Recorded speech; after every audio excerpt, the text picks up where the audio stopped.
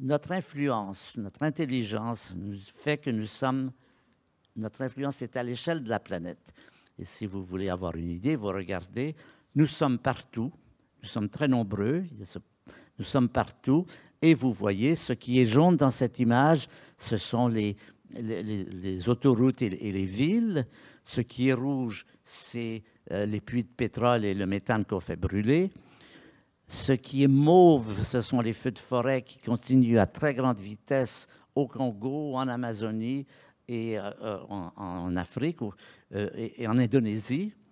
Nous sommes aujourd'hui menacés d'une façon moins urgente, mais nous sommes menacés par ce que nous avons fabriqué.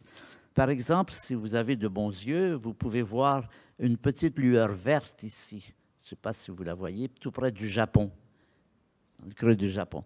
C'est un satellite qui est à une centaine de kilomètres dans les airs, dans le ciel, qui a pris cette photo. Qu'est-ce qui est vert et qui est visible de 100 kilomètres au-dessus de la Terre dans la mer du Japon? Si vous avez une hypothèse, je vous suggère d'essayer d'imaginer qu'est-ce qui peut être visible comme ça. Eh bien, c'est ce qu'on appelle des pêches au lamparo. Les pêches au lamparo, c'est une pêche extrêmement efficace qui permet de prendre plus de poissons qu'on n'en a jamais pris dans un temps donné, qui est représentée par des milliers de petits bateaux qui ont toutes ces petites lampes vertes. J'ai vu ça, moi, près du Brésil. On est dans une grande lueur verte. Je montre cette image pour donner ce renseignement. C'est qu'aujourd'hui, avec nos techniques dans lesquelles on utilise même les satellites pour repérer les bancs de poissons, on est extrêmement efficace.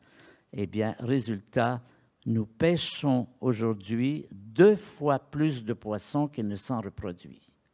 C'est-à-dire, nous sommes tellement puissants que nous devons aller au-delà des limites de la Terre. Le problème, bien sûr, c'est que la Terre n'est pas infinie. Donc, le nombre de poissons qui se reproduisent n'est pas infini et nous touchons à ces questions, nous touchons aux limites parce que nous réchauffons la planète, nous acidifions l'océan, nous faisons des quantités de choses qui, quand on les prend une par une, sont des menaces qui pèsent sur nous et qu'il faudra gérer. Je crois que ça, c'est le point important. Et c'est qu'en plus de ça, cette intelligence, aujourd'hui, on peut dire, en général, elle est au service du profit. Par exemple, prenez ce qui s'est passé au Japon, à Fukushima. C'est cet accident nucléaire qui vient d'un tsunami et qui a rendu nucléarisé de grandes fractions du Japon. Quand on se demande comment ça se fait que les Japonais, qui ont des techniciens parmi les meilleurs de la planète, ont pu installer des centrales nucléaires dans des régions parmi les plus sismiques de la planète et les protéger avec des murets de 6 mètres de haut, alors qu'on savait pertinemment, parce que ça s'était passé 2 ans auparavant, vous vous souvenez de ce fameux tsunami de l'Indonésie, qu'un tsunami, ça peut faire des vagues de 30 mètres de hauteur. Comment est-ce qu'on a pu arriver à ces décisions, connaissant toute la technicité japonaise et la séismité du Japon? Bien, la réponse est très simple, c'est ça, c'est que sécurité et profit ne font pas bon ménage. C'est l'intelligence qui n'a pas jugé, qui a jugé pour des motifs de profit, qu'on pouvait faire ce geste qui a été, encore une fois, très catastrophique. Et chaque fois qu'on regarde quelles sont les menaces que nous avons, c'est toujours ou généralement autour du profit. C'est la cause de ce qu'on appelle la crise écologique contemporaine. Par exemple, vous en avez un exemple aujourd'hui, c'est la déforestation du Brésil. Nous savons tous que tout cela nous met en danger, mais on continue quand même à le faire parce qu'on est dominé par le profit à court terme. La conférence de Bonn, qui a eu lieu en 2008, montre que notre activité est tellement destructive que nous pourrions avoir éliminé la moitié des espèces vivantes avant la fin du siècle. Un problème majeur aujourd'hui, c'est les vers de terre. Les vers de terre sont en danger, diminuent un peu partout.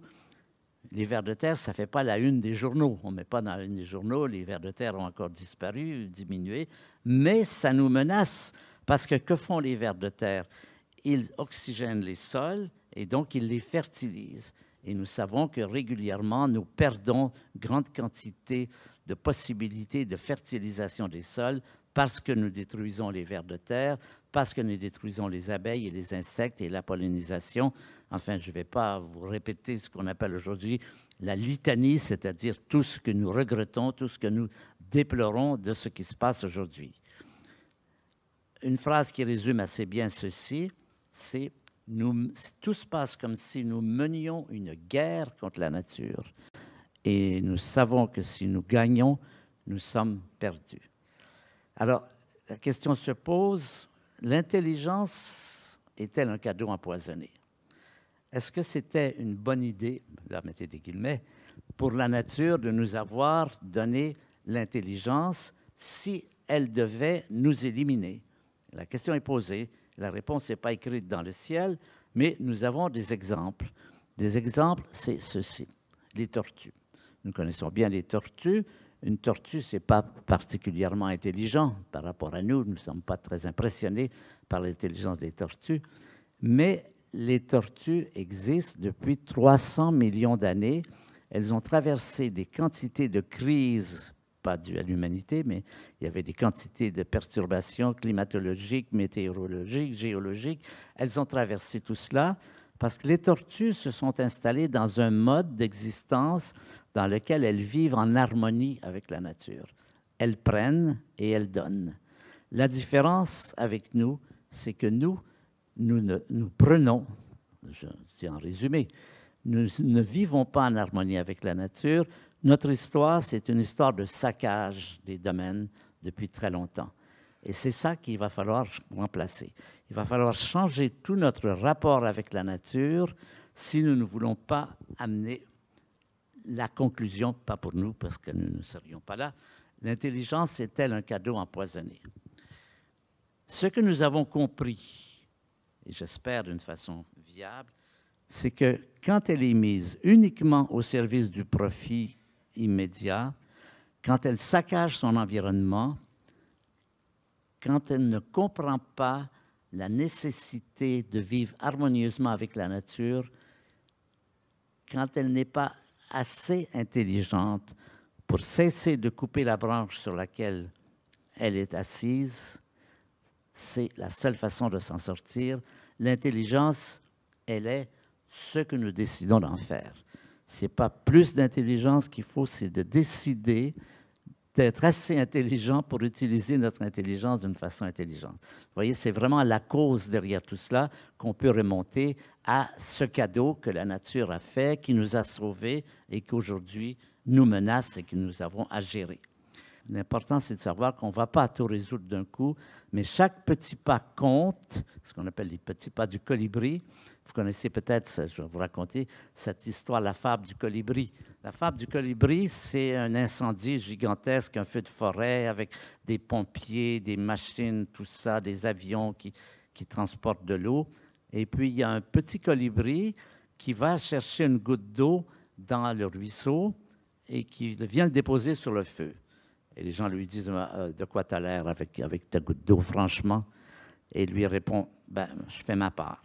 Je crois que c'est une bonne sagesse, c'est chacun fait sa part, chacun essaie de faire quelque chose en sachant que peut-être ça ne donnera rien, mais peut-être ça donnera quelque chose.